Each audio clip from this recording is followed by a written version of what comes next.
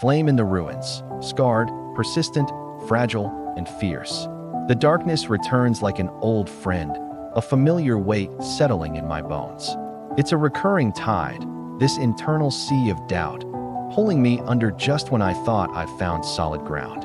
In the quiet of my own mind, I trace the contours of my failures, each one a stark landmark in the geography of my soul. This is the place where I live, a landscape of echoes and self-reflection, where every mirror shows a stranger I'm forced to recognize as myself. It's a constant battle, this wrestling with the ghost in my own skin, a fight where winning just means surviving until the next wave hits. There's a voice that whispers in the hollows of the night, a voice that sounds like my father's disappointment, my mother's fear. It's a shadow stitched to my heel, a constant reminder of the lines I was drawn within, the expectations I could never quite meet. This parental ghost isn't a memory. It's an architect, building the very walls of my emotional world. Every choice is filtered through its judgment, every joy tinged with a faint, inherited sorrow. I am haunted not by spirits, but by the living, breathing legacy of their love and their damage, a blueprint for my own internal ruin. The breaking is a ritual. I feel the cracks spiderweb across my composure, the slow, inevitable collapse of the self I've so carefully constructed.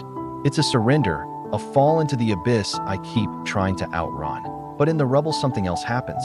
A quiet gathering of strength, a painstaking reassembly of the pieces.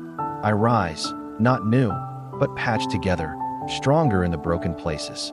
This cycle of falling and rising is my rhythm, the terrible, beautiful pulse of my existence.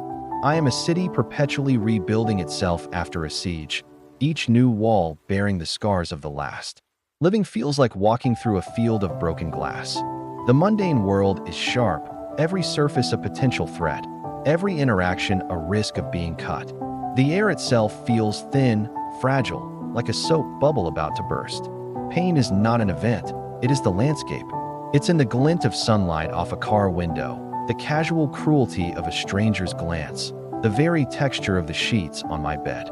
This world is a place of beautiful, terrible things, and I am made of the same fragile, dangerous material. But even here, in the heart of the wreckage, something flickers. It's a small, stubborn flame, no bigger than a pilot light, but it refuses to be extinguished. It is the part of me that gets out of bed, that breathes in when everything screams to stop.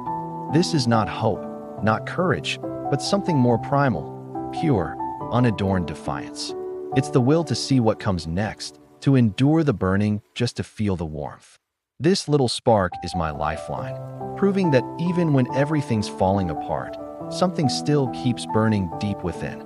Friedrich Nietzsche says, out of life's school of war, what doesn't kill me makes me stronger. If this message resonates with you, can you please support us by liking and following? Thank you.